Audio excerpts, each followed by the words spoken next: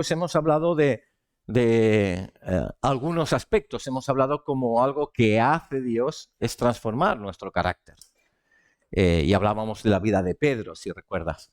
También hemos estado hablando de cómo ha formado una nueva entidad, que es ese cuerpo articulado de Jesús, que es su propia iglesia, somos el conjunto de personas que hemos reconocido a Jesucristo como nuestro Salvador. También decíamos que el Espíritu Santo forja una visión. Hablábamos de Esteban, que nos empoderaba a una visión mucho mayor que nuestra propia vida.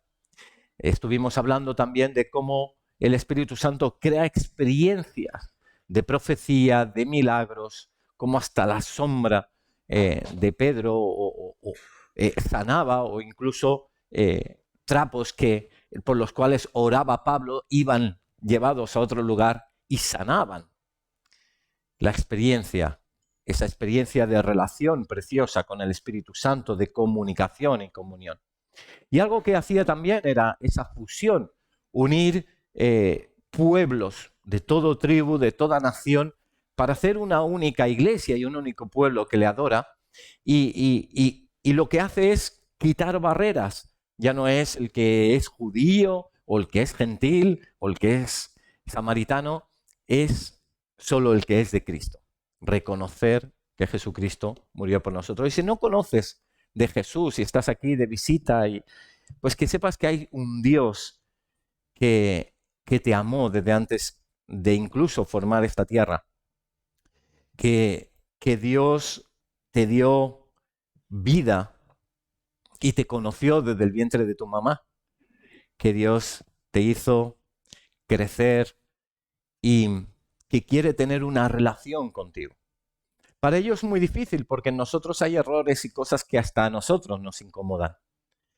Pero qué bueno es saber que Dios mismo envió a Jesús, siendo Dios, para morir por nosotros, para llevar en sus hombros la culpa de nuestros errores y nuestras inquietudes incómodas y nuestros quebrantos y nuestros dolores. Él, Jesús, siendo Dios, vino a morir por nosotros. Así simplemente, si tú reconoces que Jesucristo vino a salvarte, siendo Dios, y eso quizá no lo sientes, pero le declaras a Dios que le quieres conocer y que aceptas esa salvación, se te abrirán los ojos espirituales. El Espíritu de Dios vendrá a morar a tu corazón. Sentirás una paz inagotable que supera toda felicidad.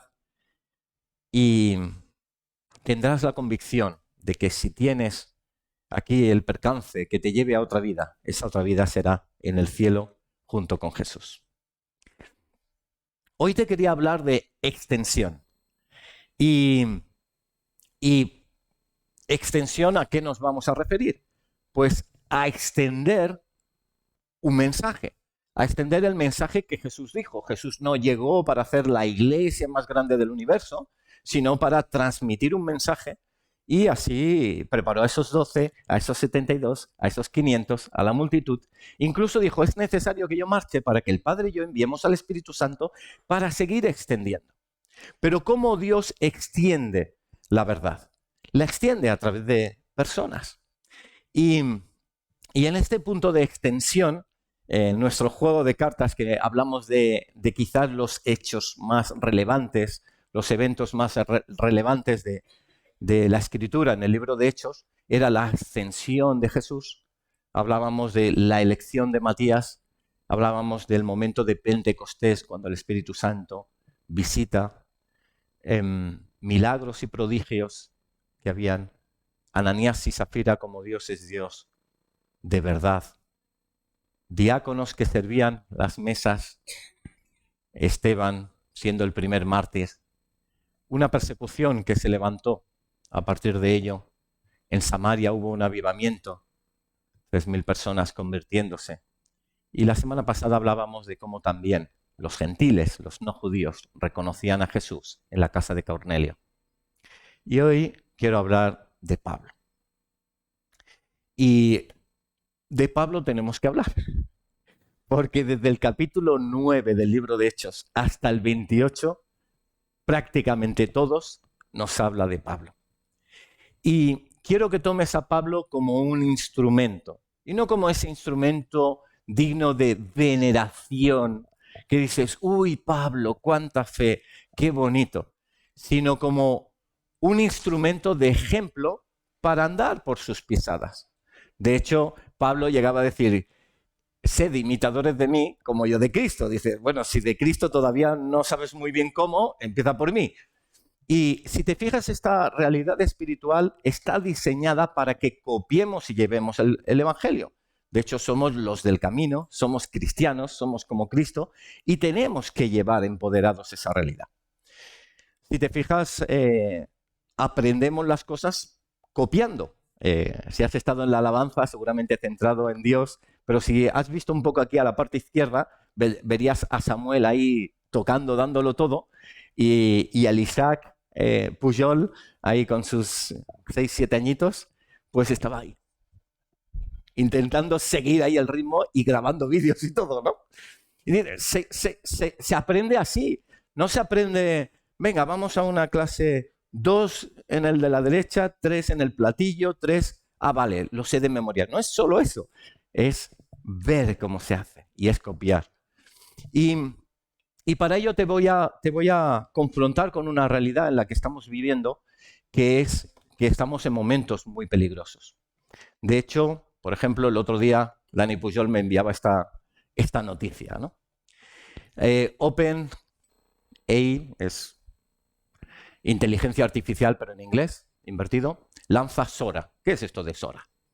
Es el modelo de inteligencia artificial para generar vídeo a partir de un texto. Es decir, yo pongo 10 monos paseando por Plaza Cataluña y comiendo cerezas, y se genera un vídeo en el cual veo 10 monos paseando por Plaza Cataluña comiendo cerezas. Y dices, qué inocente, qué bonito. ¿Sí o no tanto? Porque no me gustaría que un día hicieran un vídeo de Xavi cometiendo un pecado gravoso y que la gente lo viera y dijera, ¡hala, Xavi, mira dónde se metió y dónde no sé qué! O de tal político que salga diciendo unas cosas que al final no va a cumplir, porque lo ha hecho el partido contrario, o vete a saber qué. O qué decir si entramos en pensar temas de pecado, personas que están adictas a un tema y que quieren recrear fantasías visualizando aquello que le dicten a una máquina. Imagínate qué terrible, qué realidad virtual que deja de ser toda realidad. La tecnología es el instrumento que lleva más rápido la mentira. La mentira se está propagando y ya lo hemos aceptado. Y perdona que te diga, tú y yo también. Igual alguna imagen en Instagram que no haces la foto cuando todos los platos ya están sucios y está todo el mundo cansado y no pones la sonrisa. Haces la foto cuando te han puesto esa hamburguesa grande, cuando todos sonríen. ¡Ay, no, que he cerrado el ojo! De nuevo otra. Haces el primer plano, intentas que no se vea el cubo de basura que había al lado. Incluso luego la retocas y le pones un filtro de color sepia para que sea como más inspirador. O incluso músicos que ves ahí como están ahí tocando con sus auriculares en el acogimiento de Dios, pero ¿hasta qué punto, no? Esa fotografía está ahí para tener más adeptos, ¿no? Incluso en tiempos de COVID me acuerdo que algún músico también pues estaba más preocupado en tener más visitas en ese momento que en declarar las verdades que se estaban diciendo. Y Dani me decía, es que hasta hay predicadores que pueden hacer, y es verdad, puedes hacer el sermón poniendo simplemente, oye, una predicación sobre expansión, basado en capítulo de Hechos, Pablo. Y en un minuto, ¡pam!, tengo la predicación. Y vengo aquí y la expongo. ¿Estaría bien? Sí, incluso sería mucho más ingeniosa. Pero no surge de la comunión que yo tengo con Dios para ver qué me dice el Espíritu que quiere transmitir. La tecnología está transmitiendo mentira, pero la verdad, ¿quién la va a llevar si no es la tecnología? ¿Que se puede usar para la verdad? Claro, pero mira lo rápido que está el mal corriendo. Entonces, ¿quién va a correr con la verdad? ¿Quién la va a llevar?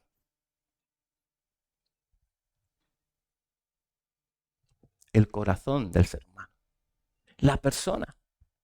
Y habrá un momento que no querrán ver por vídeo esta iglesia porque dirán, vete a saber qué hay de verdad ahí, y querrán venir simplemente para decir, pues así conozco a tal persona en persona, porque ya no sé de qué fiarme de lo que está en las redes sobre esa persona. Y la gente volverá a buscar a las personas cara a cara, como antiguamente a Pablo, a Pedro, porque vete a saber la información que corre por ahí. Estamos en momentos complicados. Y por tanto, mucho más fuerte, igual que se empodera al enemigo con herramientas que se pueden utilizar para el mal, también para el bien, evidentemente, el enemigo lo va a utilizar nosotros, o lo está utilizando ya, nosotros utilizamos para bien el ser humano. Y Dios envía al ser humano. Y te quería invitar a mirar el libro de Hechos, capítulo 9, y empezamos por esa conversión, de cómo Pablo conoció a Jesús. Y dice Saulo, que es la misma persona que Pablo, dice, respirando aún amenazas y muerte contra los discípulos del Señor, vino al sumo sacerdote y le pidió cartas para las sinagogas de Damasco, a fin de que si hallase algunos hombres o mujeres de este camino, los trajese presos a Jerusalén. Es decir, tenemos a Pablo que estaba orgulloso de la tradición judía y de quién era, y era un perseguidor acérrimo contra los cristianos, al punto de buscar cartas para tener permisos para asesinarlos, torturarlos, etcétera, etcétera. Es una persona que seguramente hubiéramos levantado una barrera y decir, uy, a este no le hablamos de Jesús porque este es duro, ni me acerco. De hecho, más adelante veremos un señor que le pasa esto, que no se quería acercar por el temor a ese Pablo. Y quizás hay personas en tu entorno, tu jefe, tu padre, tu compañero, y dices, uy, de Dios nunca va. Pero no hay barrera suficientemente alta que cubra la gracia de Dios. Y mira cómo continúa, dice, mas yendo por el camino, aconteció que al llegar cerca de Damasco, repentinamente le rodeó un resplandor de luz del cielo, cayendo en tierra, oyó una voz que le decía, Saulo, Saulo, ¿por qué me persigues? Es decir, Jesús se estaba revelando y presentándose a él en una conversión instantánea de que Jesús realmente era Dios. Dice, Saulo, Saulo, ¿por qué me persigues? Porque él lo hacía con buena intención, lo hacía simplemente para agradar a Dios en su ideología. Pero ahora le estaba diciendo a Dios, me estás persiguiendo a mí porque persigues a los míos. Dice, él dijo, ¿quién eres, Señor? Y le dijo, yo soy Jesús, a quien tú persigues. Dura cosa te es dar coces contra el aguijón. Él temblando y temeroso dijo, Señor, ¿qué quieres que yo haga? Y el Señor le dijo, levántate y entra en la ciudad y se te dirá lo que debes hacer. Y los hombres que iban con Saulo se pararon atónitos, oyendo a la verdad la voz, mas sin ver a nadie. Es decir, la conversión es individual. Por esa situación no es que, bueno, ahora todos los siervos de Pablo ya conocen a Jesús porque Pablo les dice, el patriarca. No, no es eso. Es individual. Bueno, no veían nada, ¿no? No veían a nadie. Dice, entonces Saulo se levantó de tierra y abriendo los ojos no veía a nadie, así que llevándole por la mano le metieron en Damasco, donde estuvo 3 días sin ver y no comió ni bebió. Es decir, quedó ciego de ese resplandor, pero con la convicción de que Jesús era Dios. Había entonces en Damasco un discípulo llamado Ananías, a quien el Señor dijo en visión, Ananías, y él respondió, heme aquí, Señor. Y el Señor le dijo, levántate y ve a la calle que se llama Derecha, y busca en casa de Judas a uno llamado Saulo de Tarso, porque aquí él ora, y ha visto en visión a un varón llamado Ananías, que entra y le pone las manos encima para que recobre la vista. Entonces Ananías respondió, Señor, he oído de muchos acerca de este hombre, cuántos males ha hecho a tus santos en Jerusalén, y aún aquí tiene autoridad de los principales sacerdotes para prender a todos los que invocan tu nombre. El Señor le dijo, ve, porque instrumento escogido me es este para llevar mi nombre en presencia de los gentiles y de reyes y de los hijos de Israel. Porque yo le mostraré cuánto le es necesario padecer por mi nombre. Fue entonces Ananías y entró en la casa y poniendo sobre él las manos dijo: hermano Saulo, el Señor Jesús, que se te apareció en el camino por donde venías, me ha enviado para que recibas la vista y seas lleno del Espíritu Santo. Y al momento le cayeron de los ojos como escamas y recibió al instante la vista. Y levantándose fue bautizado y habiendo tomado alimento recobró fuerzas y estuvo Saulo por algunos días con los discípulos que estaban en Damasco.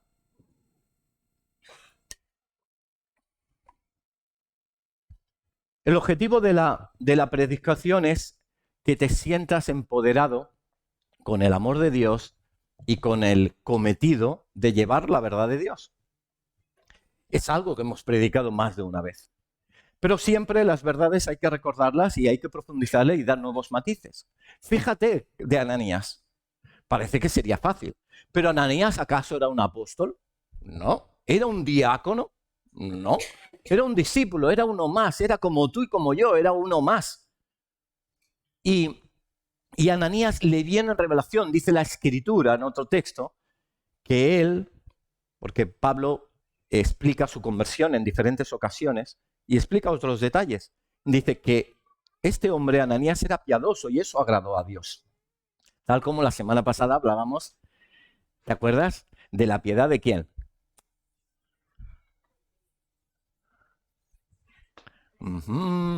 De Cornelio. Muy bien. Pues entonces, está colgada en YouTube por si la quieres repasar. No te preocupes. El tema es que Ananías es un varón que le dice Dios: ves, ora por esta persona porque está ciega. Yo por él, si es el perseguidor de la iglesia, si me va a matar. Y le está diciendo que se levante, que vaya a esa persona, que ore por ella y que la sane. Una persona que no es más que un discípulo. Fíjate qué ruptura de la jerarquía, porque simplemente el único poder es en el Espíritu Santo. Y Ananías aceptó, incluso le dio profecía. Le dijo: es que Dios te va a usar mucho, especialmente. Incluso debes ser bautizado. Y fue así bautizado, no sabemos si por él o por los discípulos, o lo llevó a la iglesia cercana, no sabemos bien. Pero lo que sí que sabemos es que una persona común fue llevada, instruida para ello. Y yo te quería explicar 19 capítulos de la Biblia, del libro de Hechos, con imágenes, para que sea más fácil entender dónde estamos. ¿Sí? ¿Me permites hacerlo así hoy? Entonces, vemos a Pablo, un hombre que va en una dirección pensando en que está sirviendo a Dios, y de pronto Dios le gira 180 grados. Eso significa arrepentimiento de corazón. Es decir, si yo iba en mis ideas, ahora empiezo a andar en las ideas de Jesús. Según muchas pinturas hay como que cayó de un caballo, no se sabe, pero lógicamente si va a Damasco con toda premura, posiblemente estaba sobre un caballo. Pero sí es verdad que tuvo ese encuentro. Y si tú no has tenido un encuentro con Dios, que sepas que Dios está deseando tener un encuentro contigo. Y puedes invitarle y decir: Señor, yo te quiero experimentar. ¿Realmente tú existes? Ananías se le acerca y otra pintura muestra cómo ora por Pablo y es sanado.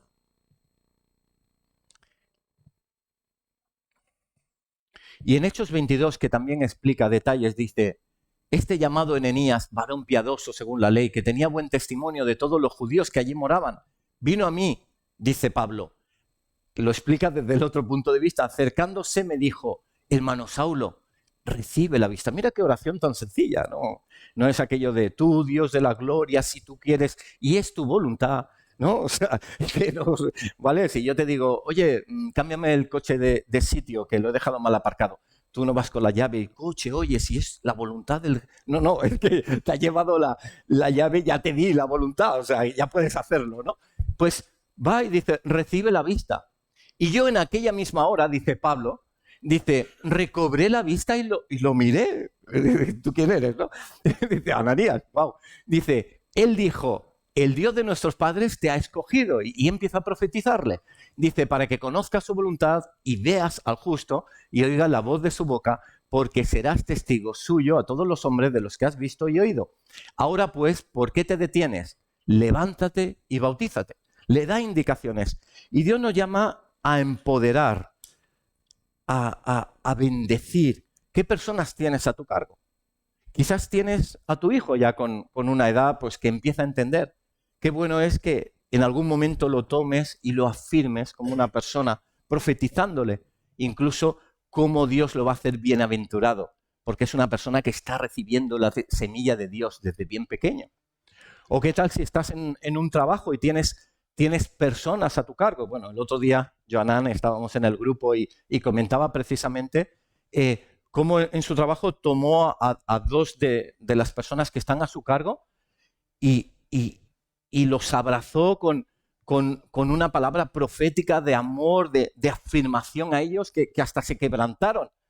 Porque no solo Joanán tiene una autoridad delegada por el gobierno, por el Estado, por un director o por la iglesia tal, sino que tiene una autoridad delegada por Dios para empoderar a otra persona. Y esa autoridad la ha dado el Espíritu Santo.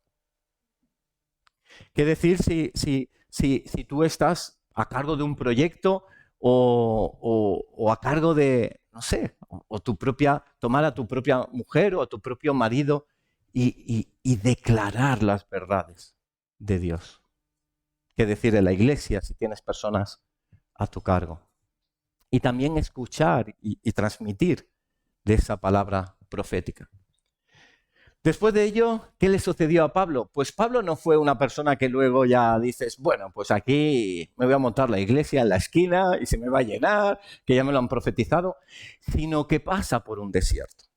Y tú fíjate que todos los líderes de Dios que ves en la Escritura, todos, sí, hasta Jesús, pasa por un desierto. Ves a Jacob, el gran Jacob, y está 21 años con Labán. Ves a Abraham y realmente tiene que salir de Ur para ir a un desierto. Miras a Moisés, que quiere cambiar las cosas a su manera y cómo es perseguido incluso por los egipcios, un señor de la corte, y tiene que huir al desierto por 40 años. Hasta Jesús está 3 días sentado en el desierto.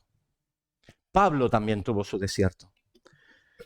Y no pienses que cuando uno recibe la palabra en el momento necesariamente va a dar fruto.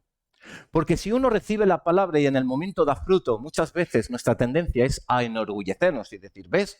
A ver si me dan otra palabra y ya me confirmo. Sino que hay algo muy curioso, que es que Dios intenta matar esa promesa. ¿Qué quiere decir, Xavi? Fíjate, Abraham le da un hijo al final, el que va a recibir toda la herencia, y Dios dice, ahora mata a ese hijo. Pero si va a recibir toda la herencia.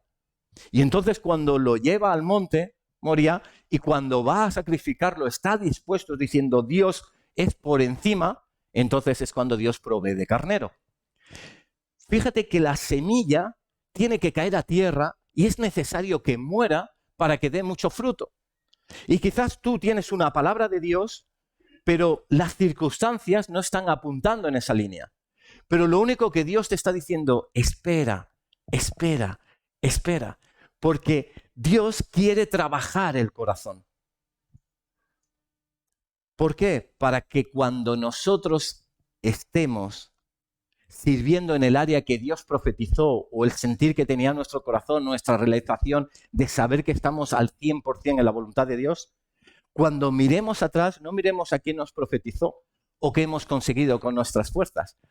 Veremos el desierto de donde Dios nos sacó. La relación que hubo íntima ahí con Él. El Dios de todo lo alto.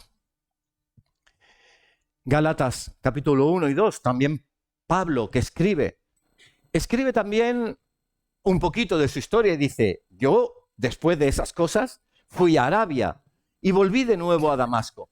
Después, pasado 3 años, subí a Jerusalén para ver a Pedro.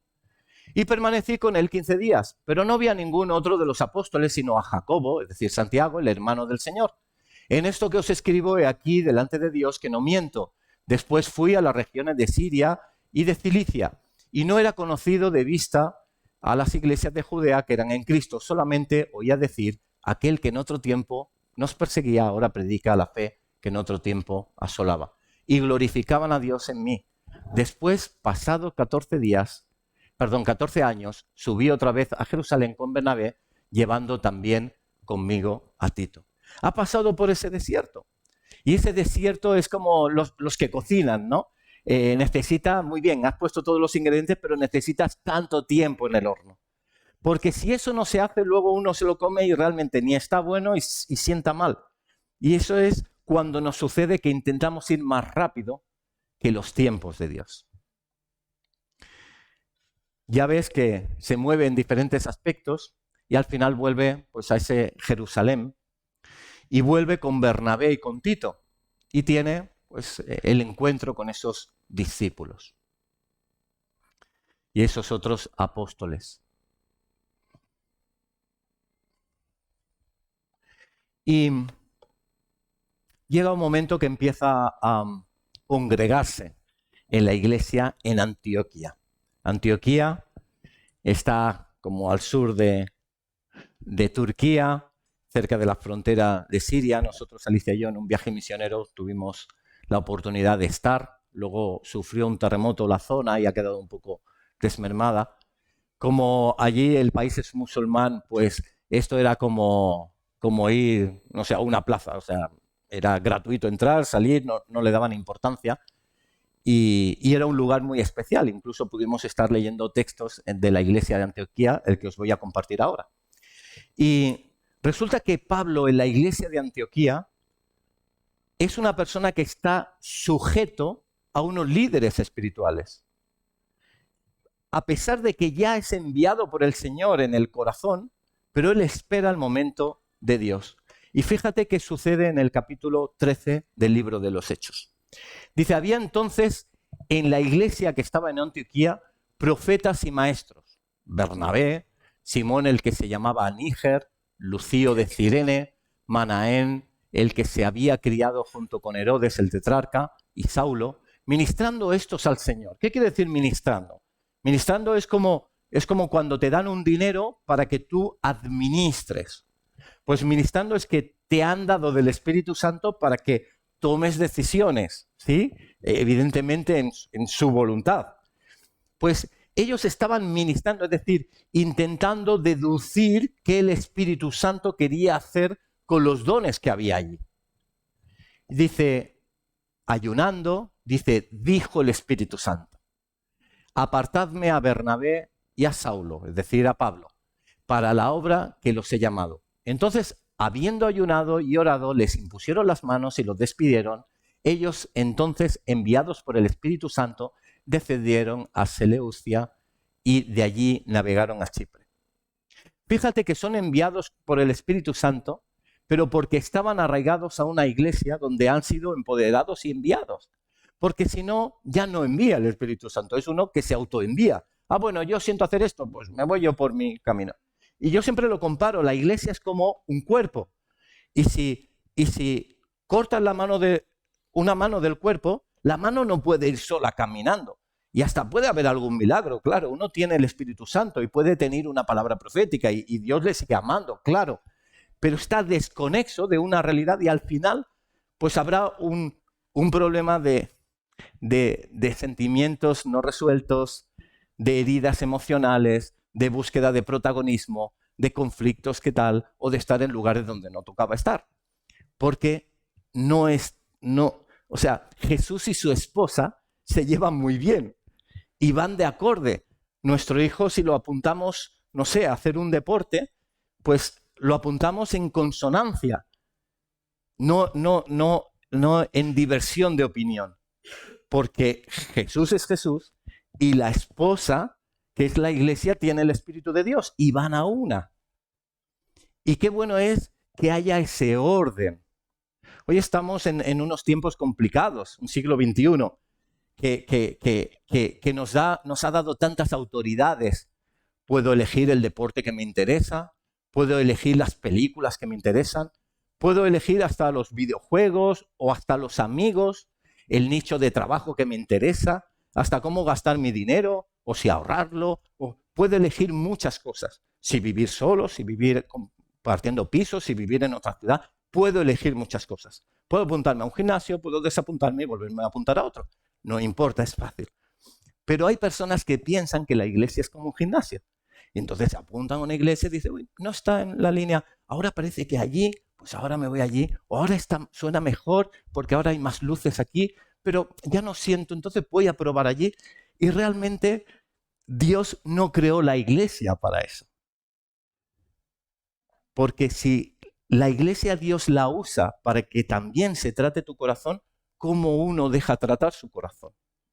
¿Cómo ese pastel, si puede decidir no entrar en el horno y meterse en el microondas o debajo del fregadero, pues bueno, pues que haga el pastel lo que quiera.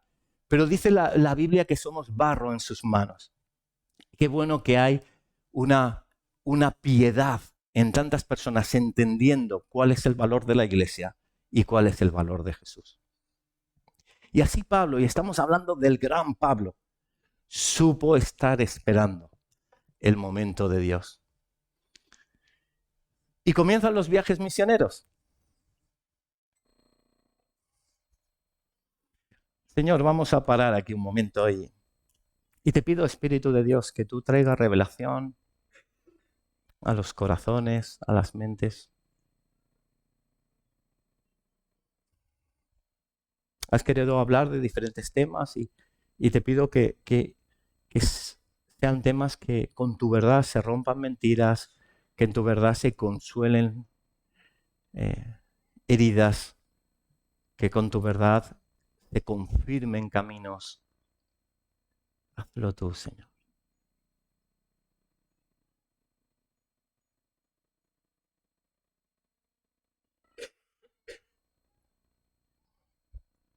Sí, Espíritu de Dios.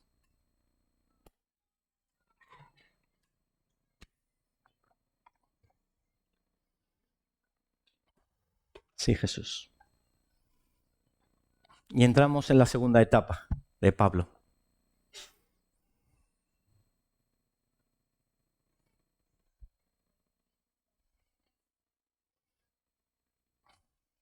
Bueno, siento que hay personas, no sé, en la sala que le arde el tema de misiones y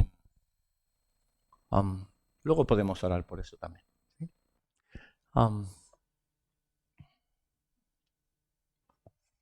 Quizás son textos que se hacen carne en vuestro corazón, ¿verdad?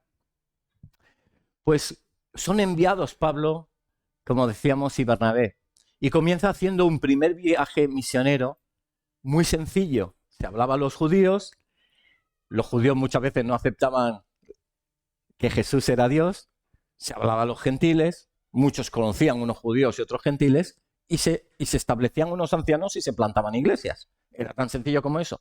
Y muchas veces Pablo tenía que huir a otra ciudad porque había una revuelta en contra de él que lo podían apedrear o latigar, o etcétera, etcétera, y entonces tenía que huir para que no lo mataran. Y así fue plantando algunas iglesias en Turquía. En un segundo, pero siempre muy interesante, volvía a su iglesia para dar informe. Antioquía de Siria, ¿vale? Que sería la que está, Antioquía de Siria, aquí, ¿vale?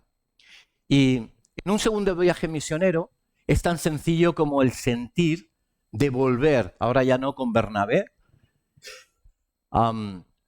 sino con, ¿me ayudáis ahora?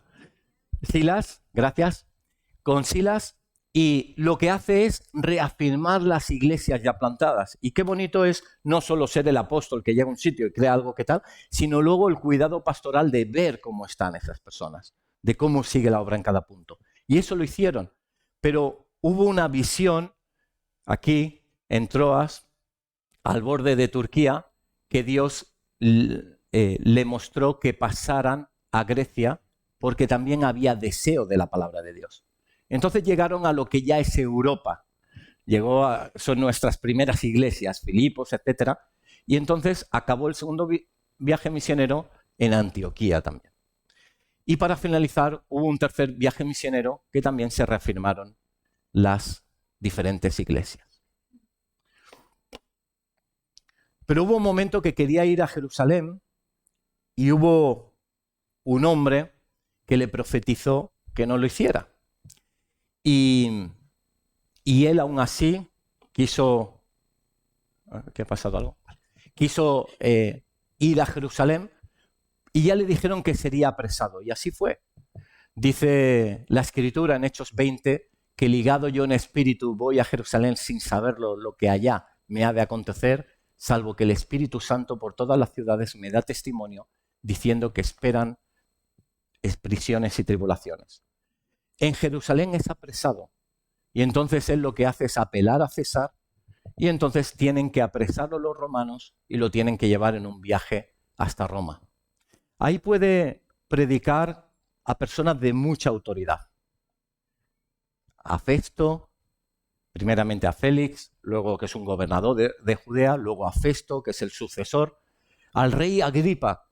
Y quizás a ti te ha puesto en un lugar de privilegio para hablar a tus jefes o personas de mucho renombre o de muchas...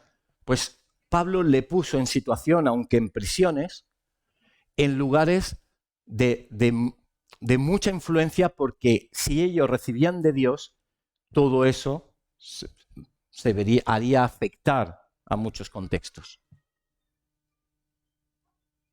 Pero no era fácil. A veces uno piensa ir de misiones, qué bonito, y tienes el título y las cosas funcionan. ¿Cuántas veces fue latigado y apedreado? Y cuántos misioneros conocemos que temen por el daño hacia sus hijos, porque queman sus casas? Pero el estar en el lugar del centro de Dios es tan importante.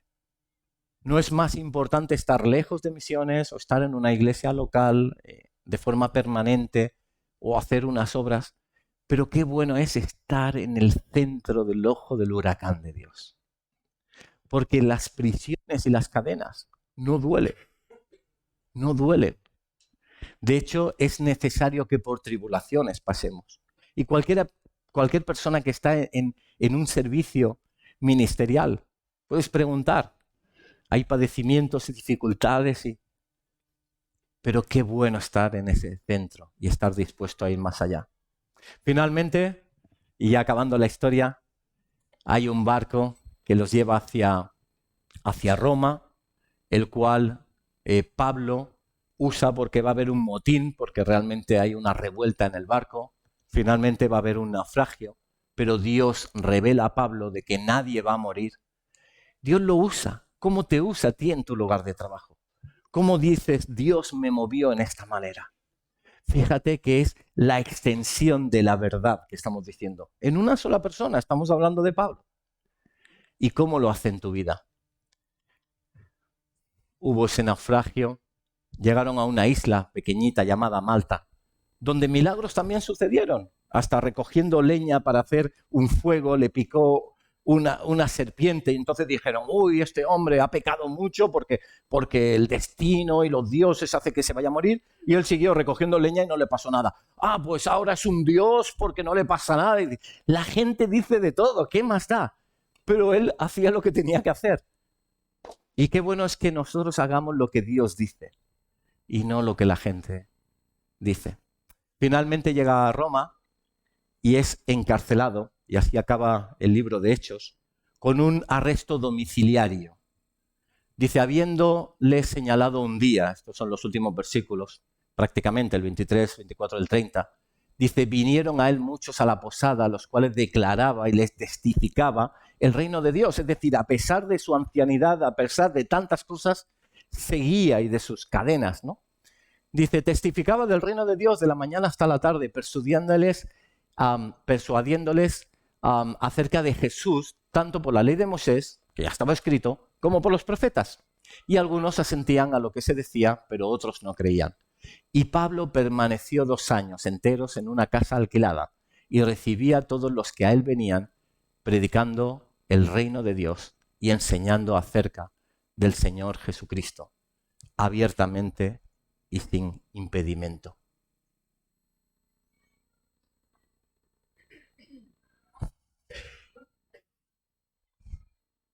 Y Pablo entiende que igual que él ha sido un instrumento de verdad, Dios está llamado a levantar instrumentos de verdad. Y por ejemplo, pues a Timoteo le da instrucciones al respecto, continuamente diciendo, lo que has oído de mí, ante muchos testigos, esto encarga a otros hombres fieles que sean idóneos para enseñar también a otros. Es decir, que la cadena de relevo de verdad continúa funcionando, porque yo voy a morir, pero la verdad permanece. Dice, te encarezco delante de Dios y del Señor Jesucristo, en poder aquí a Timoteo. Segunda de Timoteo es el último libro que va a escribir Pablo. Dice que prediques la palabra, que instes a tiempo y fuera de tiempo. A eso estás llamado. A eso estamos llamados.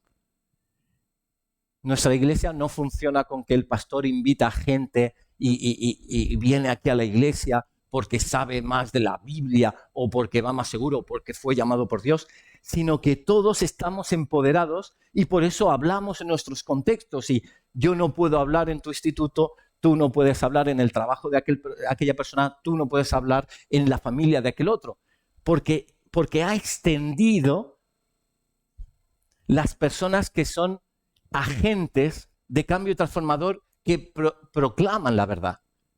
Pero mira Pablo lo que dice, y parece que esté profetizando este tiempo.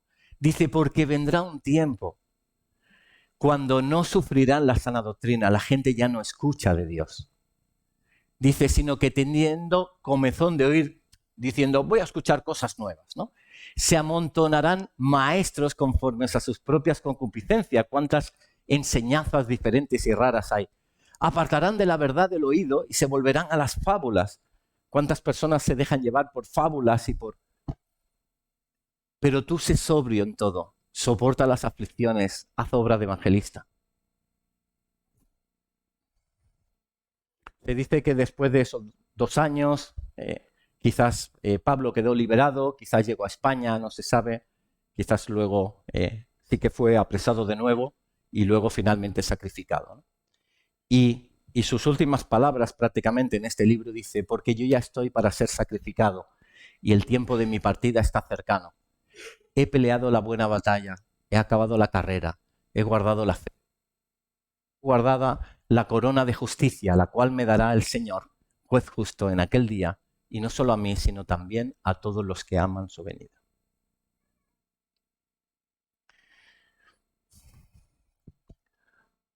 Y simplemente te quiero dejar con esta comisión.